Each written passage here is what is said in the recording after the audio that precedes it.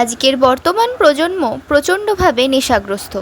যুব সমাজকে নেশার হাত থেকে বাঁচাতে তাদেরকে সচেতন করতে রানীতলা হাই স্কুলে নেশামুক্ত ভারত অভিযান অনুষ্ঠিত হলো। রানীতলা থানার পরিচালনায় এবং ডিআরডিএর সহযোগিতায় এই অনুষ্ঠান হয়। উপস্থিত ছিলেন রানীতলার অফিসার এবং ডিআরডিএর ডিরেক্টর মনভোলা চৌধুরী। নেশামুক্ত জেলা, নেশামুক্ত রাজ্য, নেশামুক্ত সমাজ তথা নেশামুক্ত ভারত গঠনই এই অভিযানের মূল বক্তব্য। তাহলে আমরা তাকে নিষেধ করব, তাই তো? আচ্ছা, যদি না শুনে তাহলে আমরা কি করব? তাহলে হাজার নাবালিকা বাচ্চা এইভাবে কিডন্যাপ হয়ে চলে গেছে, 90,000 সংখ্যাটা দেখো। কোনো কারো ফাঁদে পা পড়ে তোমরা যাবে না, বা তোমাকে বিভিন্ন রকম প্রলোভন দেবে, এই আছে আমার, সেই আছে আমার, অমুক আছে আমার, এ আছে আমার, তোমাদের নিয়ে গিয়ে বিভিন্ন জায়গায় বিক্রি করে দেবে। তোমরা এটা যথেষ্ট বড় হয়েছো, এই ব্যাপারে তোমরা সচেতন থাকবে।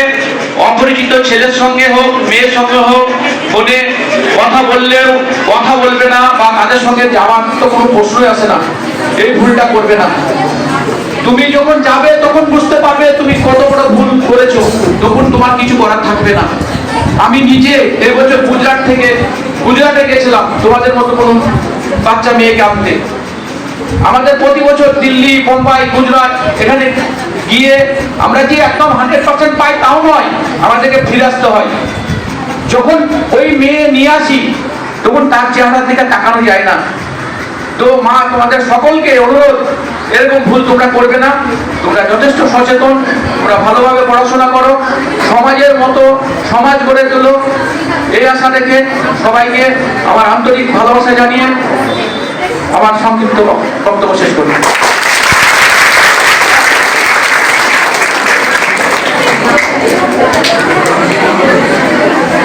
আচ্ছা, ধন্যবাদ জানাই আমাদের পুলিশ আধিকারিক সম্মানীয় সুজাউদ্দিন শেখ মহাশয়কে আমাদের সম্মুখে সমাজ সচেতন